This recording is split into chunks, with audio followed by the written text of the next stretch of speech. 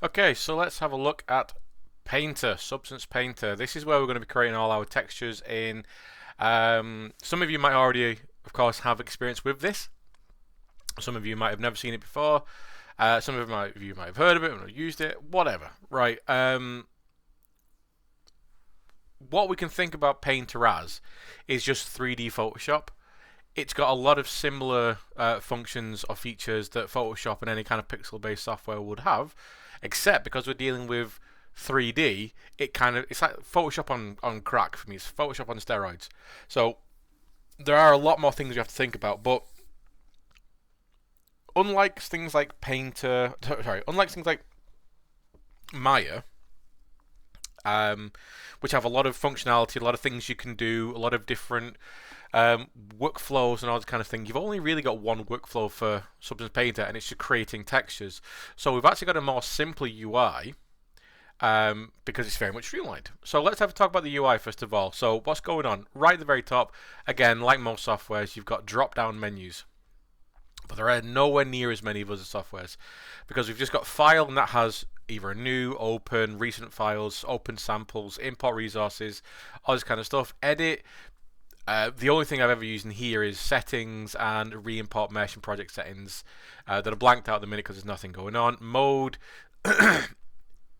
For us, really, we don't need to be going into this because the workflow we'll be using like the main screen UI to go here. But generally, what we got is bake mesh maps, painting, and rendering. And if you notice here, they've actually all got hotkeys assigned to them. So if if you're good with the hotkeys, you can actually just do like, what is it? F8 to go to baking, F9 to go to painting, F10 to go to rendering.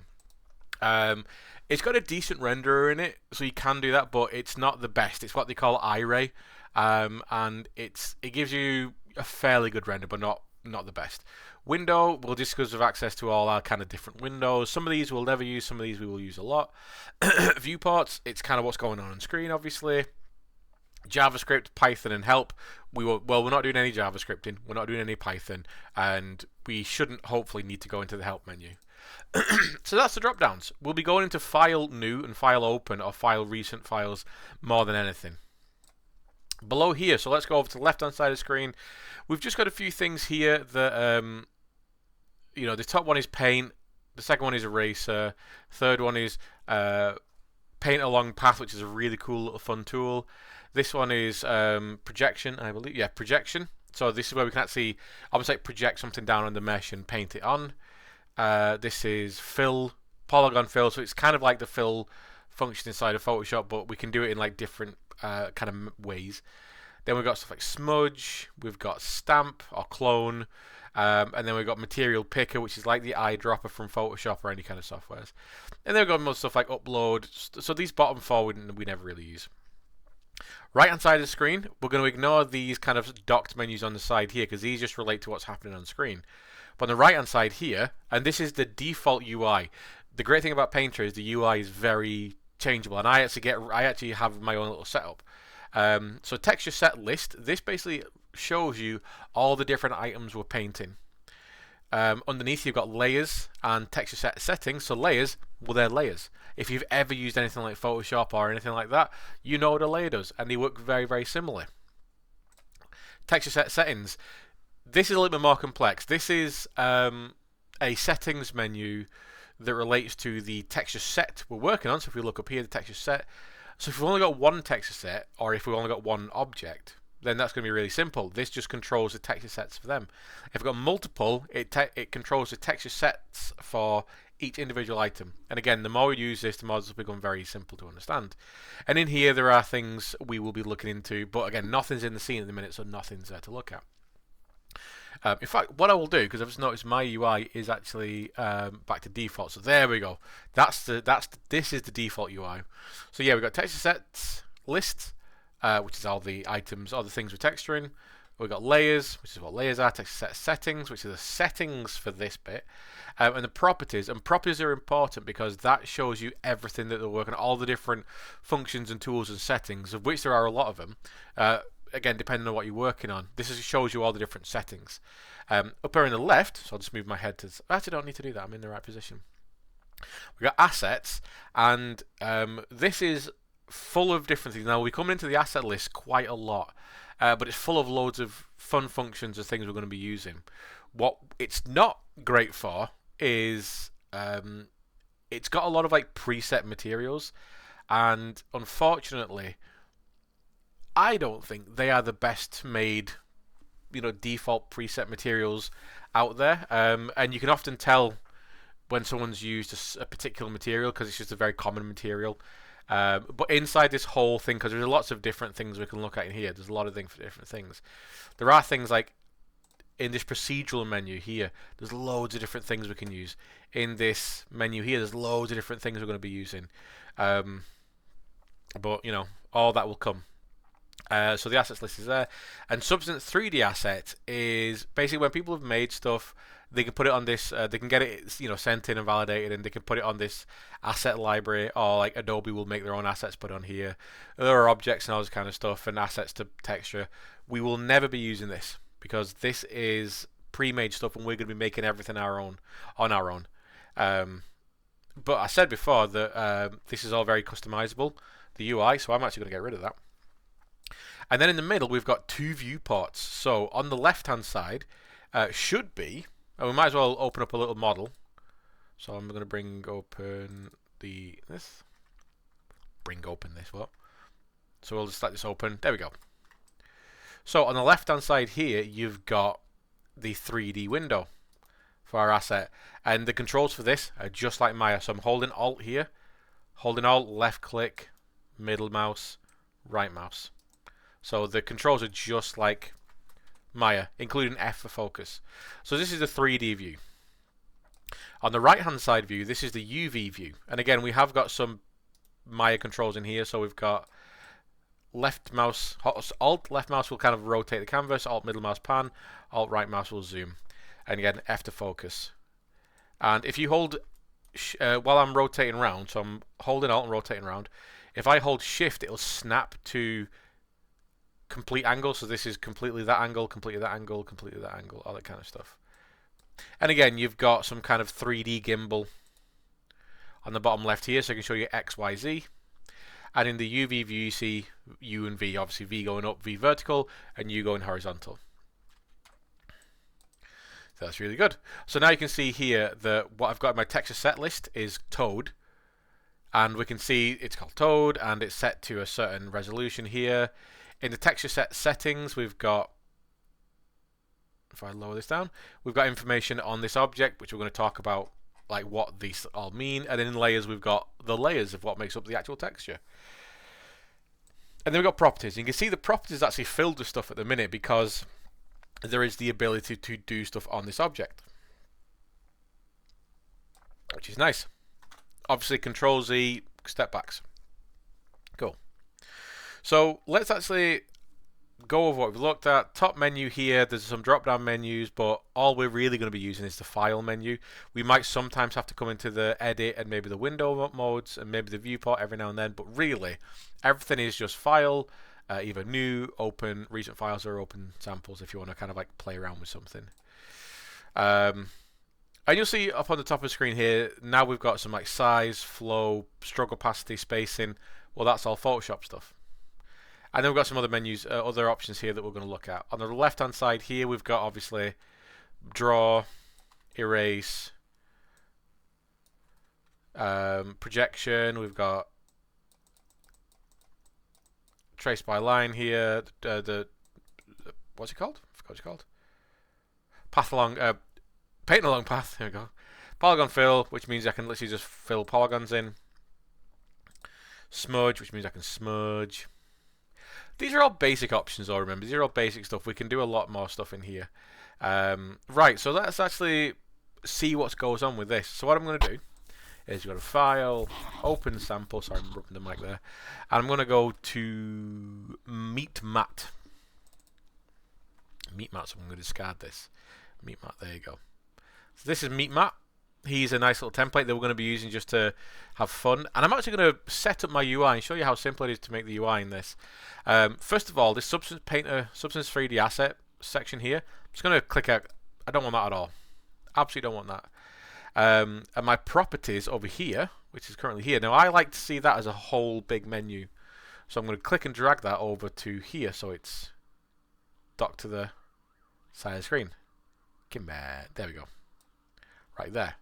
Now this assets folder here, this asset strip, I will actually be using that a lot, but I don't use it enough personally for me to keep it on the main UI. So what I'm going to do is rip that off, literally just clicking where it says assets, rip it off, and I'm actually going to move it onto my other monitor because I just don't like it taking up all that space. But it is a floating window right here that I'm literally just keeping on my other monitor. And this means, so what I can do is I can maximize my properties menu, I can maximize my layers window, and I can maximize, well, I can utilize efficiently my texture set list right here. So I've only got three things in here. So one is the head, you can see it's called head, one is the body, and one is the base. And these are literally three different textures, or three different materials that we can texture. And the text set lists and all that kind of jazz. So what I'm going to do is actually delete all of these and take this back to like factory reset. So this is almost like we've just imported this model. Now when you do this meat map, it does obviously come in with pre-set up information. Like a lot of this ID mapping. In fact, we'll keep... Can I bring that back? Actually, there's certain ones I will keep on, just because I think it will be actually quite nice for us to use. I'm going to keep the ID map on all of them, but get rid of everything else. So get rid of height. To leave these ones. And this is just for this demonstration. This won't actually be a case for when we actually do our own pieces. So I'll leave ID. And then click on base. Again, take away everything except the ID. And the bend normals and the opacity. I want to leave them alone. Just for this. Okay. Right. So when you first import stuff into Unreal, there is obviously a big step-by-step thing we have to do for all this kind of jazz. The first thing we need to do when we first bring anything in that has, you know, shape and definition and curve is to bake mesh maps. And we saw that in the mode section up here, so it's F8 up here. But where that actually is in texture set settings, and we do it for each of them. We can do them all at the same time, but we do them for each of them. And what these baked mesh maps are, is they won't actually end up in our final texture for the most part. What these are going to be creating is almost like tools that help us texture things better. And we'll have a look at like how they work in a little bit. So in texture set settings, I'm just going to come down to where it says bake mesh maps right here. And it takes you to this window. Now, this is basically just setting up all these texture sets for us. We will understand this more and more as we go through. This is literally just giving you the overview. So don't try not to get overwhelmed or anything like that. There's nothing to get overwhelmed about. All I'm going to do in here is, on the left-hand side, we've got texture set lists. So again, these are all them different, like the head, the body, and the base all here. And each one of them will have settings. As you can see, some of these images will change because, you know, they have ID maps. I'm actually going to untick the ID maps on all of them because I don't need to bake this at all. Don't need to bake them, so I'll untick them. And in the common settings, I'm going to change this to 4K. So there you go, 4K and all of that. And that's about it. 'Cause the only thing I would normally turn on is where it says use low poly as high poly. That's the only thing I would normally turn on. But it's already turned on for this anyway. So yeah, all I'm doing is just on each one of them is just making sure the output size is to 4K. And I'm turning off the ID map on this one because there's already an ID map in there. Now, I don't actually use ID maps that often when I'm personally doing stuff because, you know, it's not within my workflow of how I use things. So I don't really need to worry about that. Now, they've got an ID map which is for the faceplate, which has got like the Substance Painter logo on it. Which makes sense to do that because they'll want to make sure that basically they can work on that blue section and the purple section differently. What an ID map is, or an ID mask is, basically a mask using colours. Anyway, all I'm going to do now is just click Bake Selected Maps, and we go through this, and you see all the maps being created, which is quite a fun thing to watch, and it'll do it for each of them. So we're doing a bit of like a jumping in the deep end a little bit, just because I don't want to go through the rigmarole of making everything really, you know, here's a plane, here's how you make basic stuff. We're going to jump in a little bit for this, and then we're going to go back to basics for the other stuff, for when we actually start creating materials. We're just having a play in this one. So there you go, done. We've baked all the mesh maps. I know it's done because it says down here return to painting mode. So return to painting mode, and we know we've been successful because in that texture set list for each object we're going to have a load of these, and all these are really, really important. Without these we can't really use Painter to its full extent. The normal map, if we've got high poly information, this will pull that high poly information off from the high poly mesh to a low poly mesh. The world normal, this basically helps Painter know in the world where the object is, because there is a lot of functionality like knowing how high something is, how deep within this area something is. The ID map, like I said, is the ID. It allows us to basically identify certain areas. The ambient occlusion is ambient occlusion, like we talked about. It creates shadow in places where light is struggling to get to. Curvature. Now, curvature is a really fun one because it's a black and white map, but it's majority grey. And if you think of grey as a very, very flat surface, the more something curves up in that curve section, there, it's going to become either black or white, and then it'll turn grey to the flat surface. So it's about the angle of the surface, the speed of the surface. So this is just be a grey surface. As I bend it like this, I'll give like a big soft bend here. This section here will be grey. This section here will be grey because they're flat. But this area here will become a little bit darker because this is a concave curve. And the value is, the more darker something is, the more of a concave and inward flow something is. If I do that, here will be grey and here will be grey, but this section here will be a little bit white. And I'm trying to make this curve as soft as possible. That's because this is a convex curve. The concave obviously means going in, convex means going out. Now if I tighten that to something very tight like this, so where my fingers are up here, this is going to be grey. Where my fingers are here will be grey. But this point here will be very white because that curve is fast. Same for that. If I have a very, very tight curve like that, that curve there will be very dark because it's a fast curve. Position is, again, it's position in the world space, and thickness is how thick a part of the geometry is. Now we can actually see all these maps actually on the mesh. So obviously we know how to navigate using the Maya controls, all that kind of stuff. But if I press B for bake, what we do is cycle through the bakes. So here, this is the normal, or this is the bend normal actually.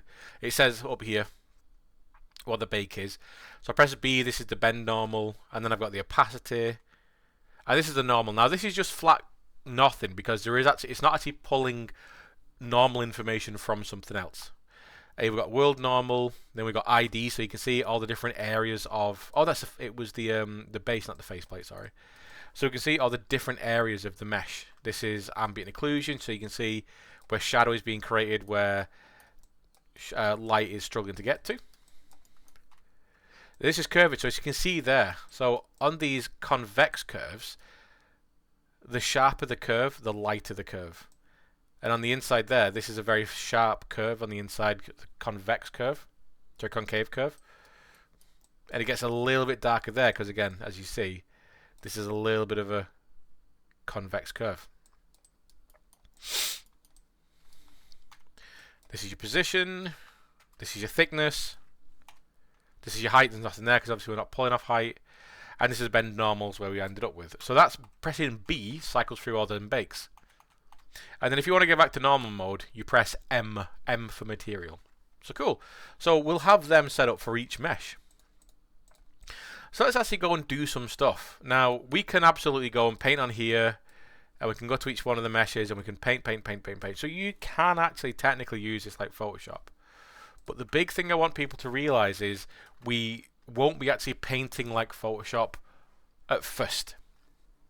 You can do that, but the main thing about this whole work process is how everything is built off layers and masks, and we're almost using fill layers for pretty much everything. Unless you're doing like specific graphics and stuff that you've made in a different software, you'll be using these fill layers to basically fill the entire area with what you want. Let's say it's plastic. You fill the entire area with a plastic kind of material, and then you'll use a mask to paint away or paint in the information. So it's not at first going to be very kind of like painterly, but once you actually see how it works, you can get that you can get that workflow in there. So let's do it. Let's make some stuff. So as I said, everything's based off fill layers. So I'm in my layer menu here on the right hand side, which is really good. In fact, what I'm going to do is also bring up Epic Pen so I can do some drawing on screen. There we go. So, layers. This is where all our magic happens. So, we've got these little drop-down menus here. Oh, not drop-down menus, sorry. These like clickable, quick action menus right here, which again are very similar to Photoshop, because theirs are on the bottom, ours are on the top. And you have got this drop-down menu here, but we'll talk about that later on, because that can get a little bit complex at first. So, we'll just keep it as this. So, I just want to add a fill layer, and I'm just going to do this on the head, and I want to make everything. I want to make this big section at the back, this big round section at the back, like a red plastic. Okay. So what I'm going to do is click this paint bucket. I'm going to click the paint bucket. That obviously, it's a add fill layer. It adds a fill layer. Boom. So it adds a fill layer, and I will actually move this to here, and I'm going to move my head over here, because this is where this properties menu comes in to play. So I've got my fill layer here, and I'm going to call this red plastic.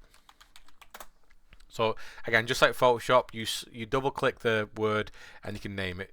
Organization is great. So my fill layer, this is controlling the color, but I can't paint on this layer. I cannot paint on this layer at all. If I try and paint on it, it says fill layers are not paintable. Click to create fill layer. Click to create paint layer. So up here on the left hand side here where I've got my properties, because I've dragged it over there at the beginning, here I've got up at the top I've got color. Well, you can ignore this top, very very top section at first. This material section is where I'm more concerned about. Color at the top, well, that controls color, and I can actually turn that on and off. Metal controls the metalness. Roughness controls the roughness. Normal, we can ignore that because that goes hand in hand with the height. And then we've got height as well. So what's great as well is, like I said, we can turn all these on and off. So we don't always need to use all these different things. If I only just want to have color control something, I can turn everything except color off. And when we get into a bit more kind of like intermediate usage of Painter, we'll see that we can actually turn everything except roughness off. And that layer will just control roughness, which is great. Cool. So paint color, base color here at the very top. If I click that, I can choose a color. So let's choose a red. So I'm going to choose a red for my head. Boom, there we go. Now I said I wanted plastic. So obviously I don't want any metallic values in here. But what we can do is actually increase metallic values. So here, this is going into the world of chrome. But because underneath it we've got roughness, and there's a little bit of roughness applied to it, it's not super shiny chrome. If I was to increase this more, you see it gets rougher and rougher and rougher until we get to this point. And this is a broken material because you really wouldn't ever have anything 100% roughness under 100% metal. But if I drag this down to 0, so I'm removing roughness, we'll see that it gets cleaner and cleaner and cleaner until we get into the world of chrome, to the point where we've got this, which is a mirror-like surface. This is a mirror-like surface now. But like I said, I don't want this to be metal, I want this to be plastic. So what I'm going to do is just turn off metal. Boom. Now what we're doing is not dealing with the metallics. And you can see here that now what we've got is more of a plastic shiny surface, because that roughness value is all the way low. So if I increase this, you can see. Now in my experience, roughness, unless you're dealing with like really rough stuff, roughness never really creeps up much past halfway. There's always going to be some kind of shine to something. And the other two we're going to leave on, but they don't. If I adjust this slide for height, nothing happens because there's no information there to affect it. Okay, so cool. So like I said, I wanted that back dome section to be metallic, but I don't want this front section to be metallic. So this is where we come into the next massively important part about this, is using masks. So on this red layer here, on this red plastic layer, I'm going to right click on where you've got this little red block. I'm going to right click it. And here I'm going to add a black mask. And if you understand how masks work, it's just like an opacity mask. If it's red, sorry, if it's red, because I was looking at red then. If it's white, it means it will allow the thing that's attached to be seen. So if I click add a white mask, nothing changes because white allows the thing it's attached to be seen. If I add a black mask, boom, it hides everything. So what I'm doing is hiding everything, and then I can bring back that plastic as I wish. So what I'm going to do in this case is actually add a black mask, like that. So I get rid of everything, and I'm going to choose what I actually want to be seen. So this is, I could either come in here and painstakingly paint this in and all this kind of, I'm not going to do that. I'm going to come over here to my left hand side, and I'm going to go over to this little cube with projection, or I'm going to press 4 on the keyboard. Sorry, 3 on the key. No, sorry, 4 on the keyboard. Not projection, I'm going to do polygon fill. It's been a long day. So I'm going to press 4 on the keyboard to go to poly fill. And this means I can actually fill polygons in. So you can see there I can click and fill individual polygons in. Obviously that's going to take a long time. We don't want to do that, but we can do that if we need to. So on the left hand side here in properties, you see that my menu is actually a lot smaller now that I'm in. You know, if I go to paint there, and if I press 4 to go to polygon fill, like this. So the paint mode, or the fill mode, has 4 different settings. So triangle will fill in a triangle of the object, like this. Which again, you know, there is use for that. I could make some cool chevron stuff. The big square, polygon fill, will just fill in the whole polygon. This one is mesh fill, so this will fill the entire mesh in, like that. So if you just want to flood fill something, that's a good way to do it. This next one, and this is the best one for me, this is UV chunk fill. And what this will do is actually fill in a UV island. So here I've got 4 UVs. I've got this that's going to be the front plate, this one that's going to be the back of the head, and then I've got these 2 strips which are probably going to be the inside section, like, you know, little strips that run around the inside. So what I can do is click on the bit I want to fill in. So now you see it's only filling in that section. And then I do actually want to fill in the inside.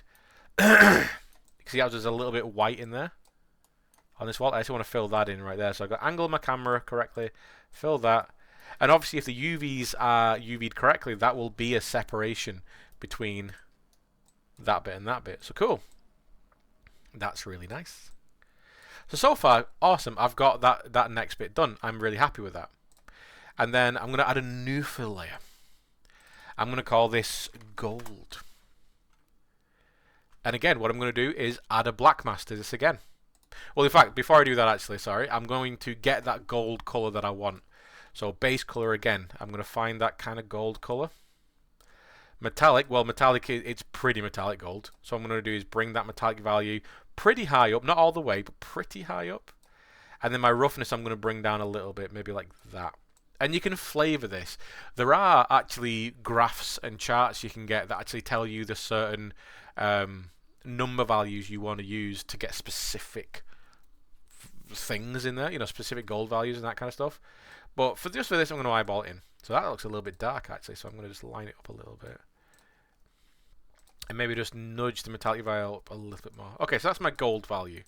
So I'm just using that before I add the black mask, just to get everything kind of, you know, I can see I've got a pretty good gold in there. So what I'm going to do is actually make the rim of this, just this in this little section here, I want to make that gold.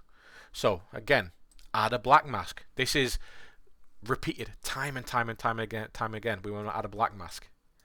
And then what I'm going to do is, now this is a little bit painstaking now. I will actually fill this area going round in. So I'm going to go into polygon fill here. And I'm going to just start to fill in this section carefully.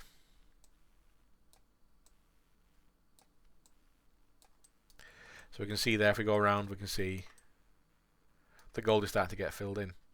Now one way I can actually expedite this whole process is by turning on symmetry.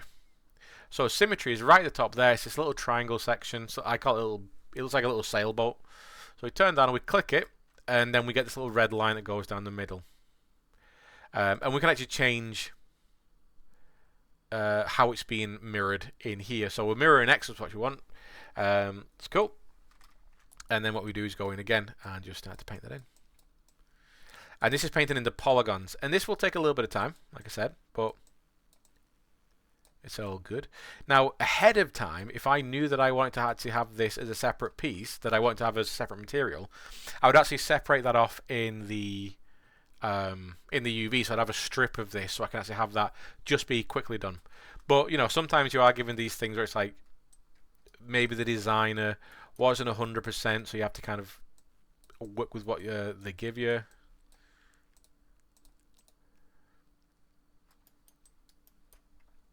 Just going to go through and do that. So what I'm going to do is pause the video and come back, because this will take about 10 minutes for me to do.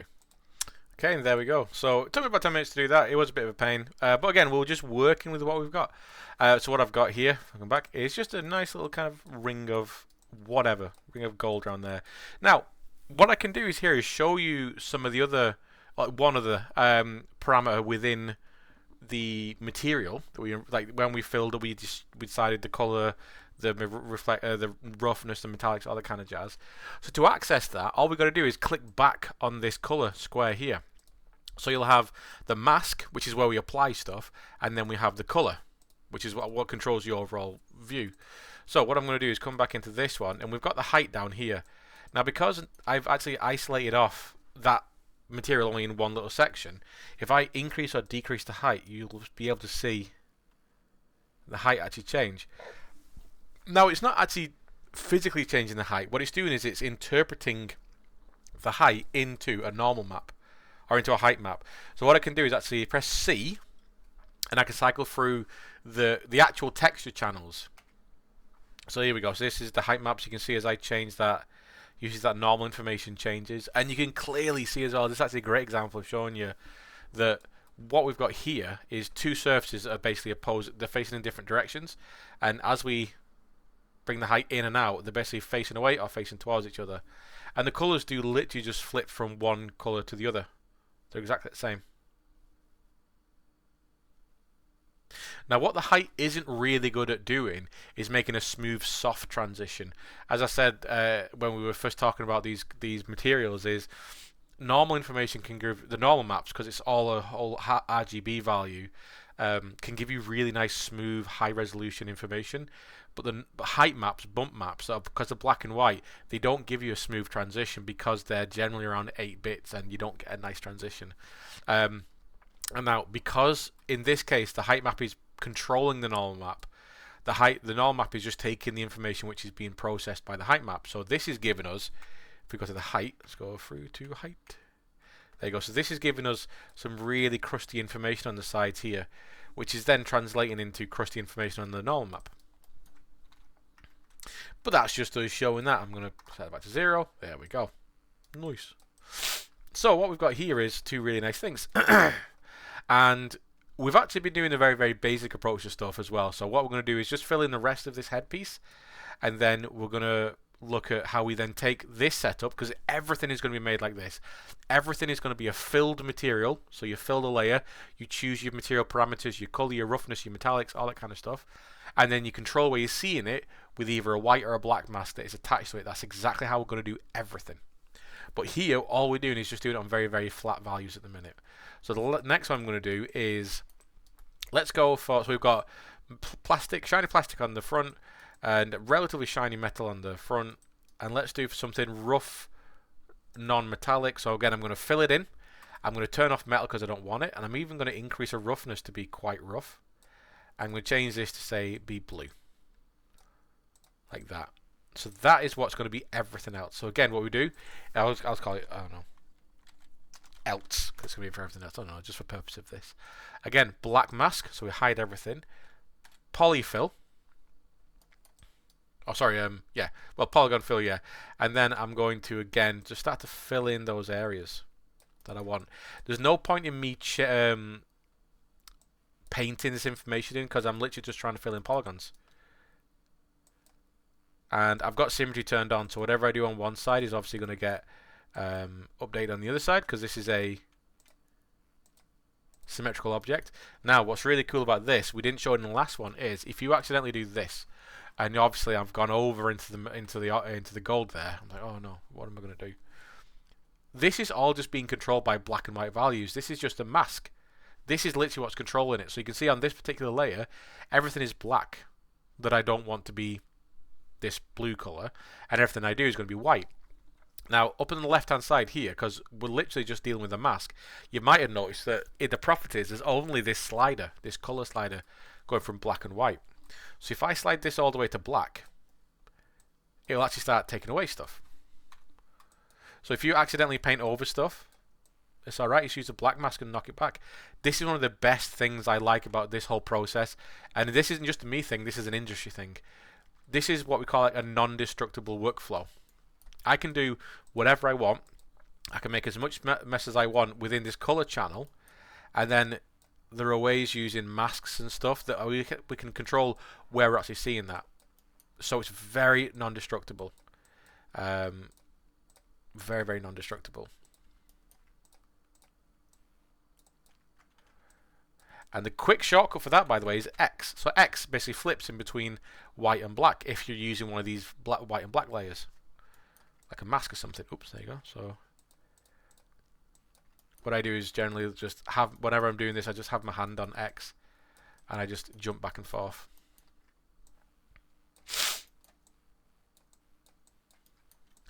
Make sure I'm getting everything.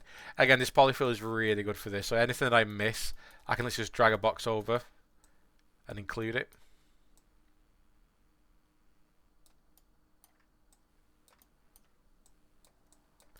So I'm getting all the big information. Again, being a symmetrical object, I can also just fill big areas on one side. You know it's going to be filled on the other side.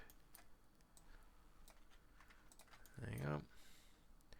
So you can see there, I'm just pressing X to click and take that area away that I've accidentally filled on top of.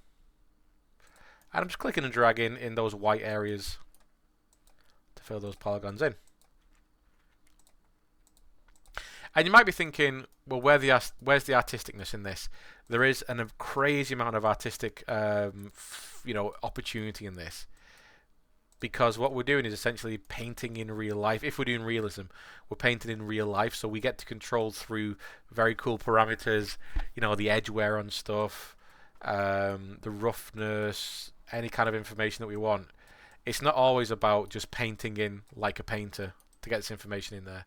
There we go. And then obviously we can paint in that bit there.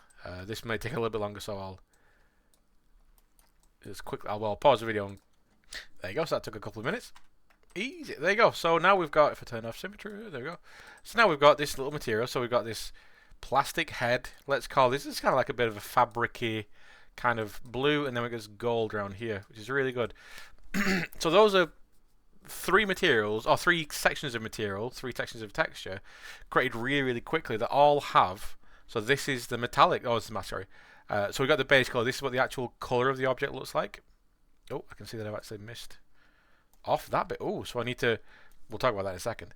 So I've got the base color there. I've got the metallic value there, so you can see there's nothing on those ones. I've got the roughness there. Normal there, because there's nothing on there. The height, of course, there's nothing on there. Height blend normal, because not. So some of these will actually be kind of pretty useless. Now, you saw I just went ooh about something. I've accidentally not done this bit down here, which should be the opposite side. It's the opposite side of this interior red section. So all I got to do is go back to that red layer, go back to the red layer mask, and again just fill that in. So I can do that UV fill for this, and there we go. Done. Because it's caught it then on the inside then wasn't quite done. So that's me just holding shift and right click, and I can rotate the light round. So boom, that's our little guy. Now one thing I love about this whole process, and we were talking a second ago about being it non-destructive, is I've made a plastic head, back, this gold ring, and everything else is this kind of blue fabric. Well, what if I want the actual head to be green metallic? Like metallic chrome. But then I want this gold ring to be red plastic. Slightly rough. And then this rougher area on the inside here, I want that to be shiny yellow plastic. So get the base color, make it yellow. Make the metallic value nothing.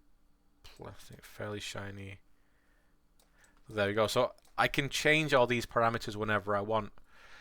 Because the color, the fill layer, that controls the overall whatever is happening for that surface, and we're only controlling where it's being seen. So I can go back and change all these different parameters whenever I want, and that makes it really good for doing quick iterations. So you can think, you can look at something and go, is that okay?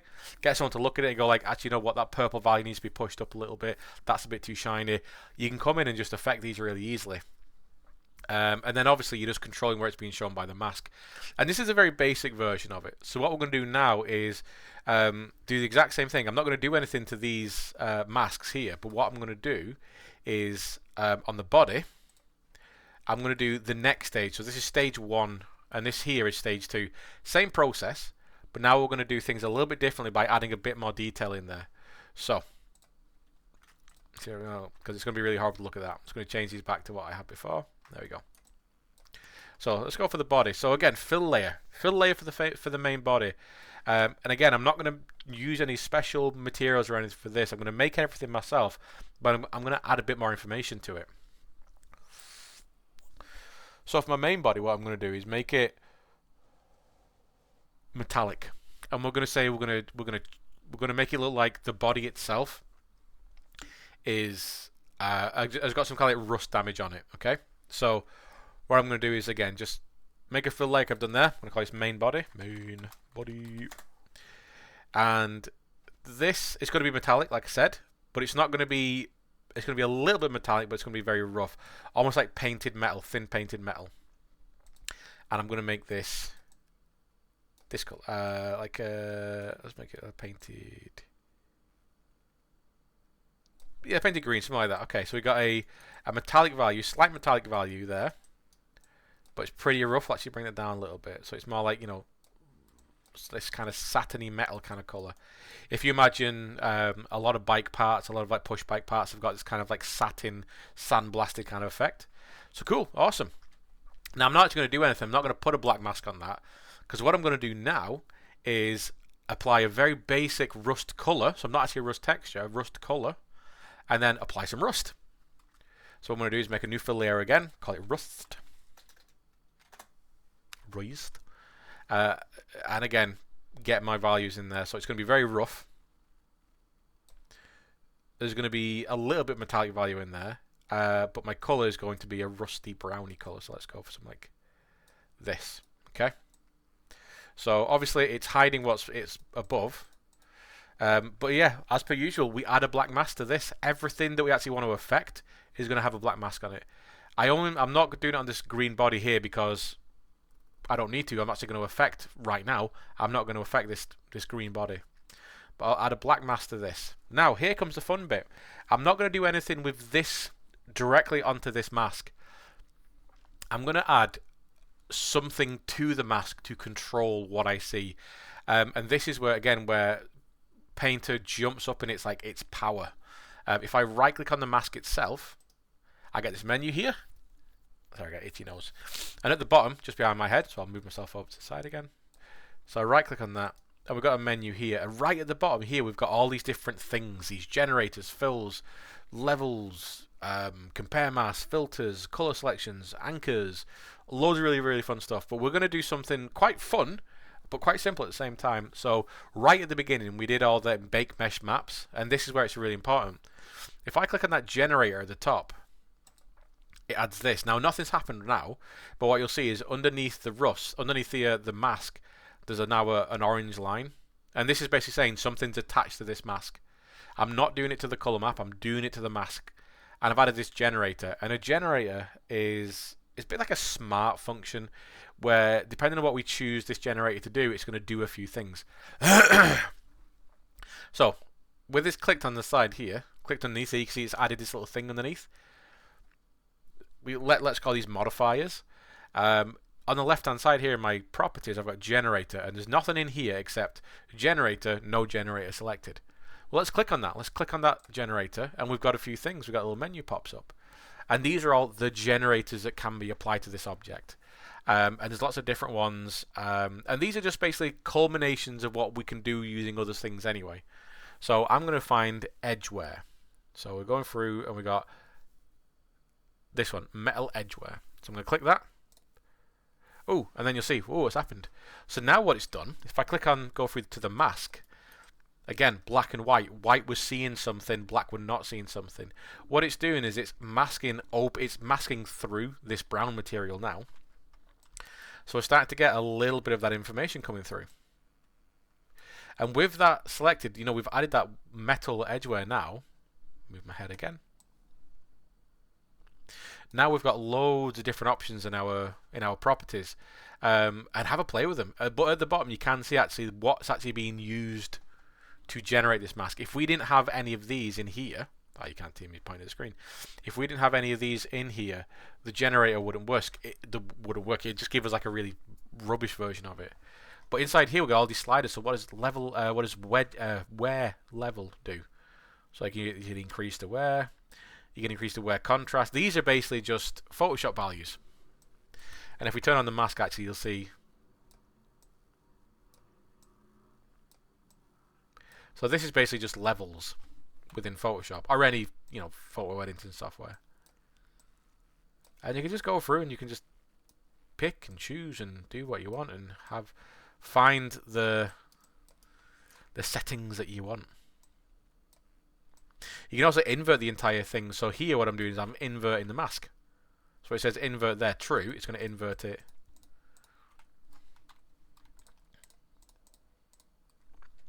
But what edgeware does is add edgeware.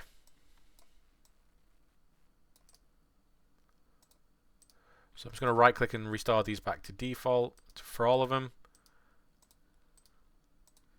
There we go. So I've got like, you know, I've got a bit of edgeware in there. That's cool. That's quite sick.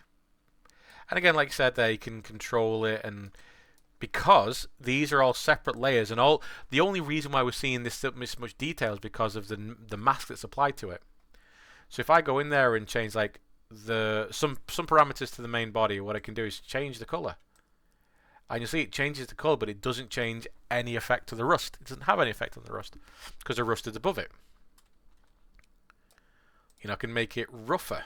So I can increase the roughness. I can decrease the roughness. And this is really interesting to look at now, because now what you've got is the rust is actually interfering with that roughness value. Gives you a bit of interest.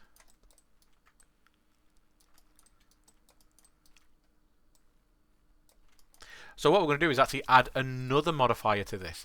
So I'm going to right click. I'm going to add another generator. I'm going to add a ambient occlusion generator. So it's ambient occlusion there. Now this comes on backwards, because if we go to our mask now, go through to our mask, there you go. This is the ambient occlusion generator, and it's literally just the ambient occlusion mask. But if we think about how masks work, white allows a mask to come through, and black takes away the mask. So here what it's doing is letting everything through, so we're getting like this brown come through. But if I invert the mask at this global invert, now that I've got that mask applied there, if I do this global invert, I can then, okay, cool, I can only show it where I want to. However, do we see the problem? So I've clicked on the ambient occlusion modifier there.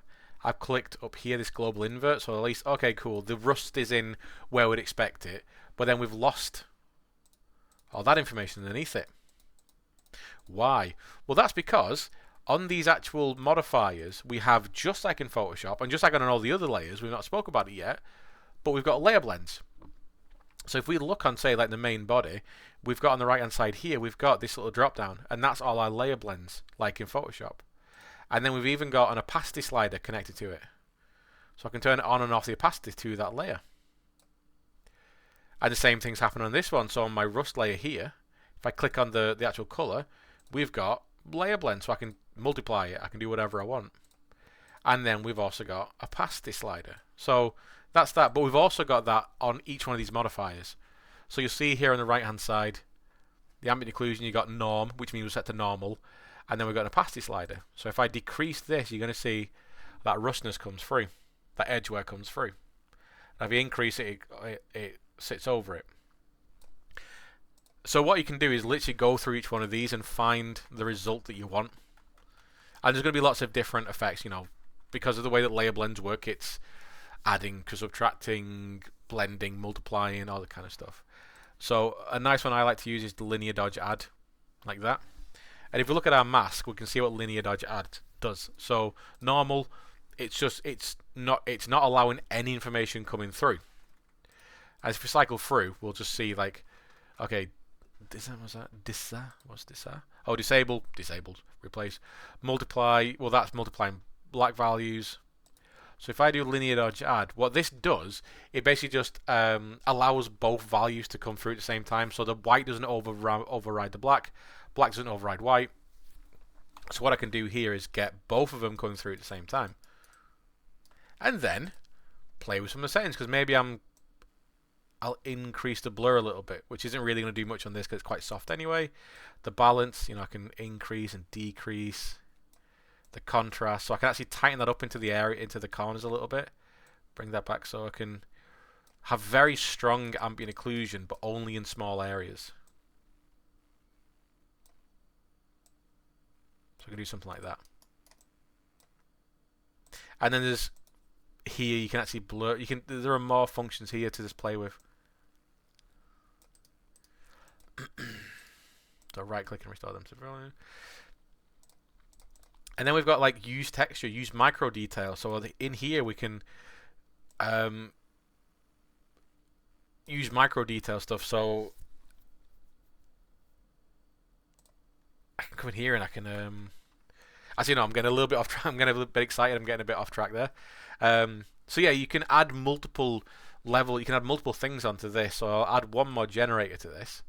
Add a generator, and let's do something like curvature. Curvature is a good one. We've done edgeware. We've done fiberglass. Dirt. Okay, let's add dirt. So again, this is what dirt does.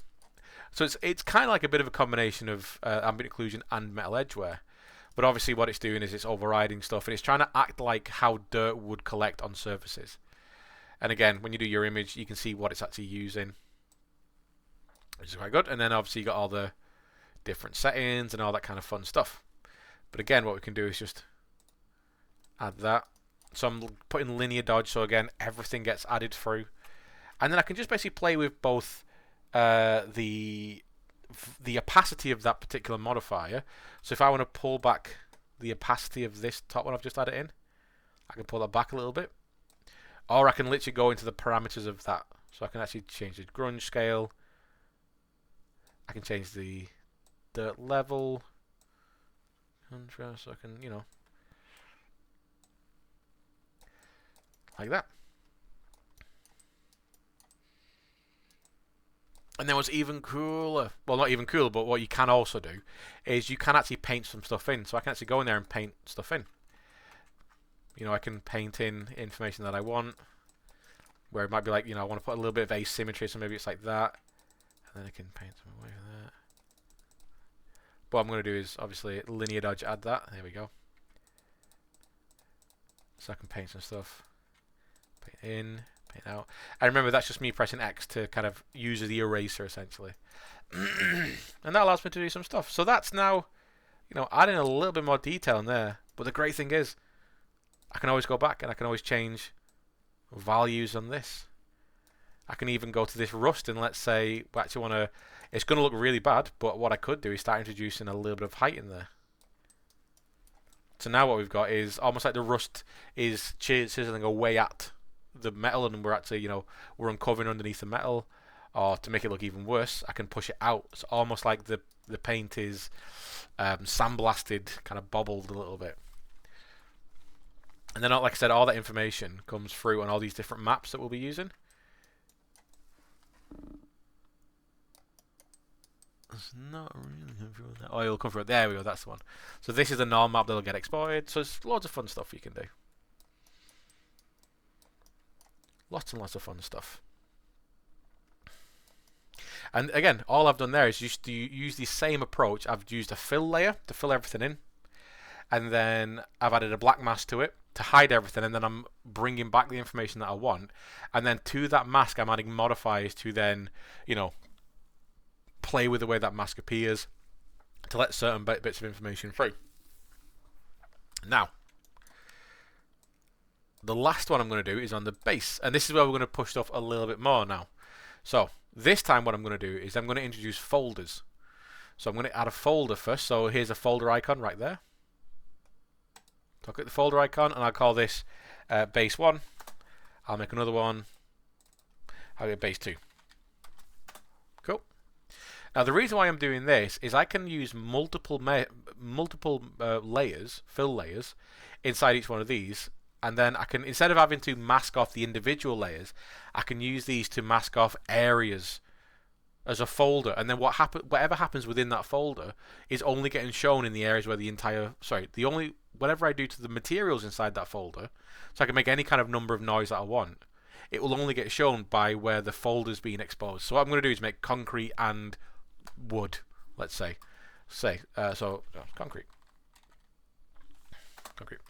And I can actually use both the color map, the color ID that came with this, and also the standard, masking techniques to say where I want things to appear.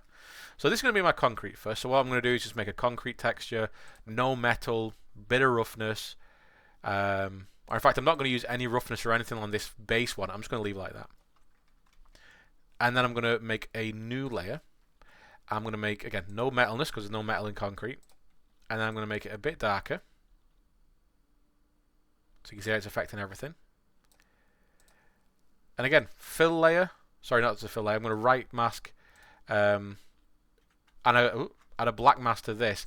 Now, I did say that you could do whatever you want to the layers within this folder, but obviously what I'm making within this folder is a big tiling texture, so I'm going to have to mask off certain materials so that I can, make concrete, which is a mixture of lighter values, darker values, maybe some colors. I'm going to have to use masks to create that kind of like chaos, and then I can use the actual folder itself to say, right, all that chaos is only getting shown here. You'll see. Okay, so that's my darker layer there. Right click. This time what I'm going to do is add a fill. And a fill is almost like a textured fill bucket inside Photoshop. So here with this fill layer, I'm going to click grayscale here, and you'll get an option. Now, we can search for stuff in here. So I can search for grunge. It's probably the most used kind of image quality that you'll ever use inside of Painter. And this is everything that is called grunge. And you can make your own grunge maps. You can download stuff. This is all just PSDs or JPEGs or PNGs. That's all they are, really. So what I'm going to do is find something which, looks kind of something like concrete. I want speckly information. So I can even, spots. You know what? I'm going to write spots. I get lots of spots. There you go. Gaussian spots. There you go. Gaussian spots 2. So now you can see that's just speckled this whole thing with this darker quality here. And again, I've got balance, I've got contrast, so I can make this, I can play with some stuff like that. So I'm going to now make my base layer a bit darker. Just a bit darker. And then I'm going to actually duplicate this whole layer. So I'm going to grab this whole layer that I've just made that color one with the black mask. I'm going to Control D to duplicate it. Change the color to be even darker. And all I'm going to do on this one is just change the image which is inside this modifier, because all I've done is I've duplicated the entire stack, and I'm just going to change this. So this is now going to be something like this. But again, I'm going to make sure that I can see stuff through it, so I'm going to play with my layer blends. That's quite nice because that's bringing out that kind of speckly, kind of concrete information. I can do multiply. I can do all sorts of stuff. I can literally just go through until I find something that I like. I quite like that. That's nice. In fact, what I'm going to do is add multiply, but I want to show you something. So I've added this fill layer to this. That's great. But obviously this looks a little bit kind of goofy because it's just like spots. So I can add filters just like you'd use filters inside of any software. I'm going to right click this layer, the mask again. It's always on the mask, never on the color layer. And I'm going to add a filter. And nothing's happening yet. The filter's empty, as you can see. So on the right hand side, left hand side here, I'm going to click this, and just like in Photoshop, I got all this stuff I can do. I got blurs, I got blends, I got blur slopes. So let's do a blur slope, for instance. And this blur slope, what it does, it kind of like, it makes everything look a bit chiseled. And I can just start to, again, change some of these parameters.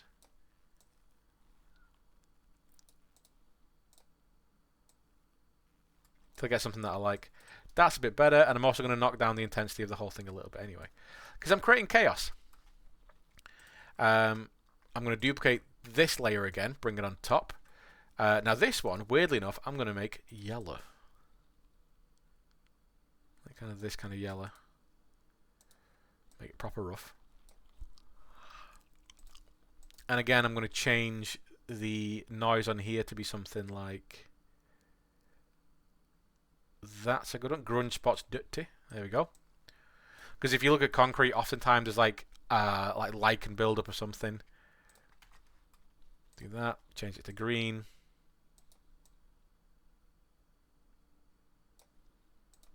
Now this time what I'm going to do is, all I'm doing so far is just duplicating off what I've already used, or what I've already made. This time what I'm going to do is not change anything. I'm not going to replace anything. What I'm going to do is actually just literally move this around. Because then I can move this texture around just to give myself...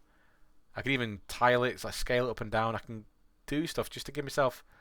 You know, maybe there's a little lichen build up like that. You know, so I've actually used a tile here to make it a bit smaller, so it tiles more, so it's smaller information. But I'm also moving it around and rotating it so that it looks different.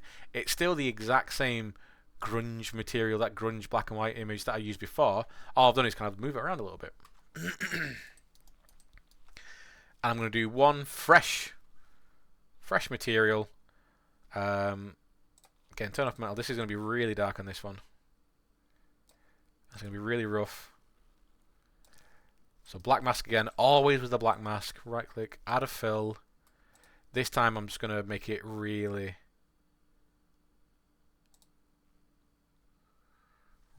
spotty. But no, maybe that's not even. So let's go for, just look for grunge. I'm just going to look, see what the grunge can give me.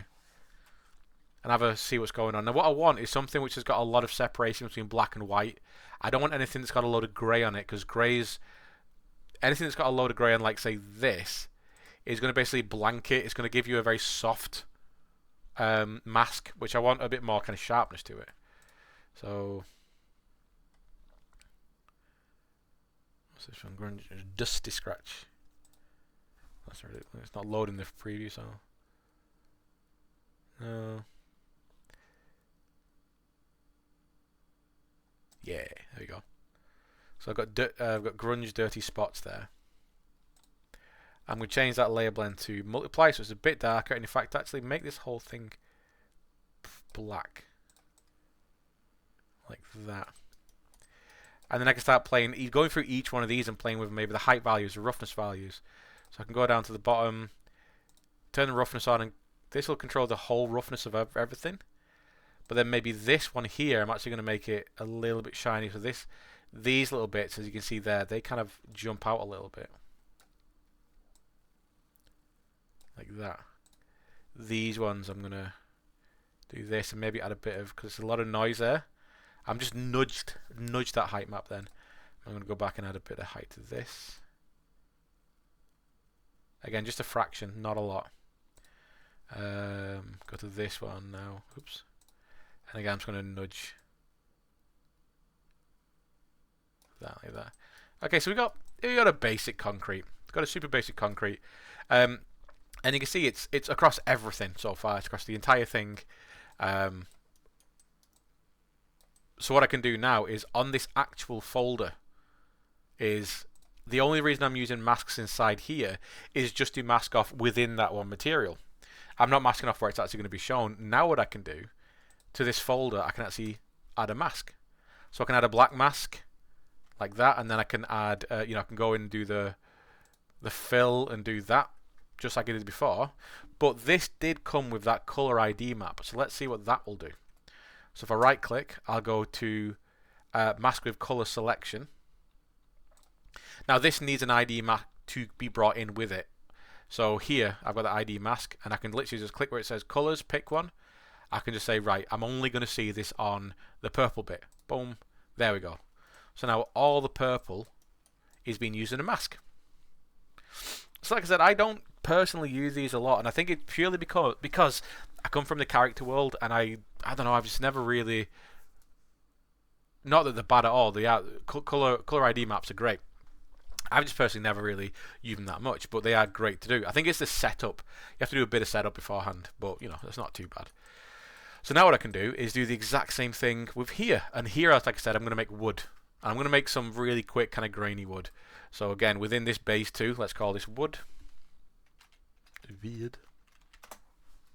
Fill layer. Make sure I drag that so it is actually inside the folder. Obviously there's no metal on it. I'm going to control this to be, you know, this. And let's make it, yeah, let's go for like something shiny wood. So that's my base color. It's very chocolatey. I'll probably end up, you know, making that a bit duller. Let's actually make it a bit grayer for now. Like that. And I do the exact same thing. I make another layer. And I'm going to turn off the metalness again. Get a basic color. So I'm going to use the eye picker and pick from that square there. But then make it a bit darker. Use a black mask. To that black mask, I add a fill. In that fill, I want something that's grain directional. So I'm just going to type in direction. Nope, not grunge direction. Direction.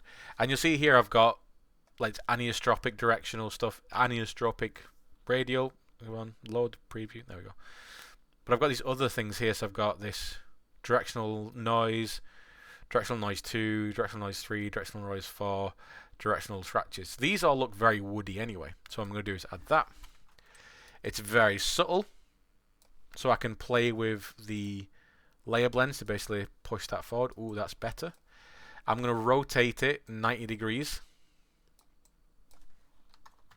so it's going upwards, like that, which is very, very important. And I'm going to go back to the color, and I'm actually going to start to, let's mess with the roughness. So you can see it's a fairly consistent roughness, but if I start to increase this, you'll see that them darker values are actually turning into a bit more rougher information, giving a bit more dynamicism to the object. Now you will know, pardon me, you will notice that the normal information from the lower map is coming through. Don't worry about that. We'll sort that out as time goes on. It's a bit of an awkward little thing to do there, but I wish it'd make it a bit easier to fix. But anyway, I can even maybe make it a bit darker, like that. Cool. And then I'm going to just duplicate that. And then I'm going to change the color to be brighter this time. So I'm going to go for a light wood color. But this time, I'm also going to make it normal. So I'm not using multiply. But this time I'm going to change the directional map to another one. Let's go for this directional scratches 5. Like that. And then I'm going to tile it 3 times, let's say. Like that. So it gives me a little bit more. Then I'm going to pull down the opacity a little bit. I'm even going to stretch it. So on this tile in here, I'm actually going to turn off this padlock. And I'm actually going to manually just stretch it like this. So I'm actually pulling that information further forward, like stretching it out. And again, I'm going to, in the original color, I'm going to make that quite rough. And I'm just going to introduce a tiny bit of noise, tiny bit of height. Just a little bit like that.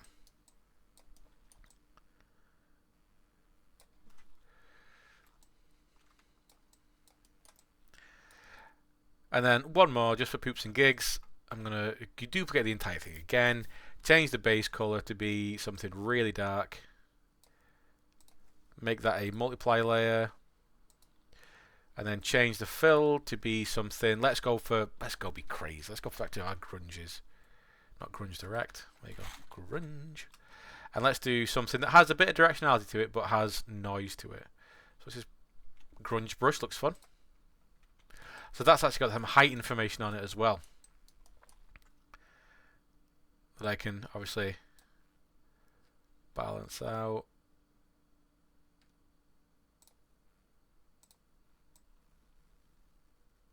Play with some of the settings. You know, I can just, not that. let's have a bit of a play. Some of these materials are going to be better than others for doing different things, but you know, you'll come to find that. So that's, let's say that's our